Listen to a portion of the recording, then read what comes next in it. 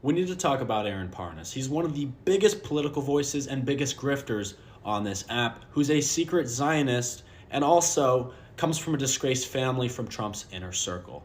This is the story of Aaron Parnas. Aaron's got a few million followers on this app, and you might have seen his videos. He posts the breaking news and regurgitates headlines that pop up on his phone notifications. He offers no additional context, no nuance, no interpretation to any of these breaking news headlines. He taps the notification on his phone and spits it back into his video camera as fast as possible so he can monetize the work of real journalists. Now, Aaron puts out lots of videos every single day. I mean, the news flies, right?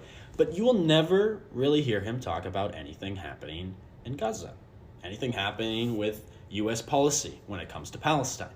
He won't talk about student protesters, Mahmoud Khalil, the Freedom Flotilla, none of it.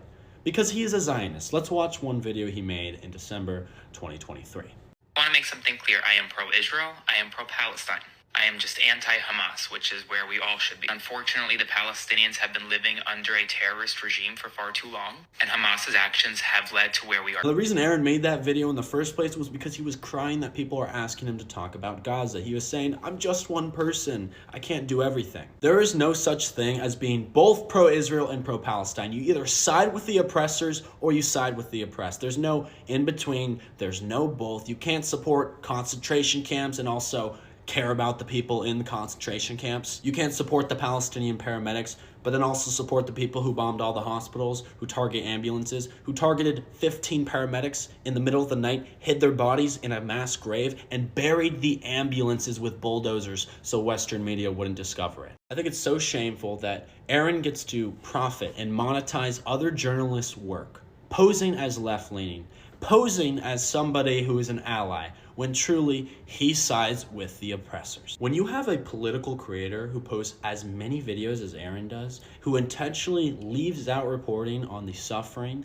that the United States is responsible for of the Palestinian people, who intentionally ignores the news on the pro-Palestinian movement in the United States that disrupts our election and schools and all this other sorts of our life and culture in this country.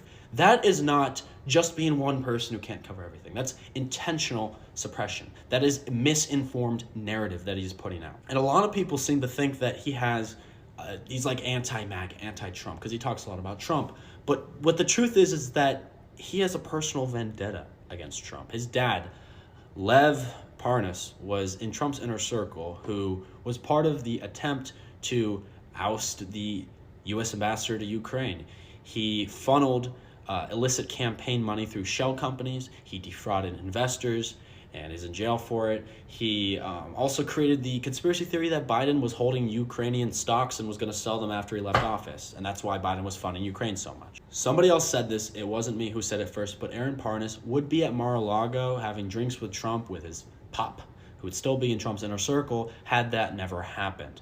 But now he comes from a disgraced political family and has turned to regurgitating real journalism's work on this app and giving a biased narrative to us all. Like, trust me, by this point in time, if things had gone differently, you would see him on Fox News, you would see him on the Daily Wire and stuff like that already. It's possible he has a change of heart. You don't ever hear any nuance from him on his platform, though.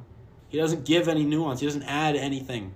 He doesn't create any value, journalistic value, to any of the stories he sensationalizes. I think it's insane that he's able to be such a big left-leaning voice on this platform while he supports genocide. It's just something that they're incompatible things. He's not an ally. He's just not. He's looking out for his own interests. I hope some people learn this for the first time about Aaron and realize that he's not really a person to follow. He's not an ally. He's a genocide supporter and enabler. And you guys can go to my bio. There's a fundraiser. We're making impact on the ground in Gaza right now. There's photos on my page posted of what we've been doing over the past couple of weeks. It's beautiful. It's amazing. And you can contribute your part in my bio. Thank you, and free Palestine.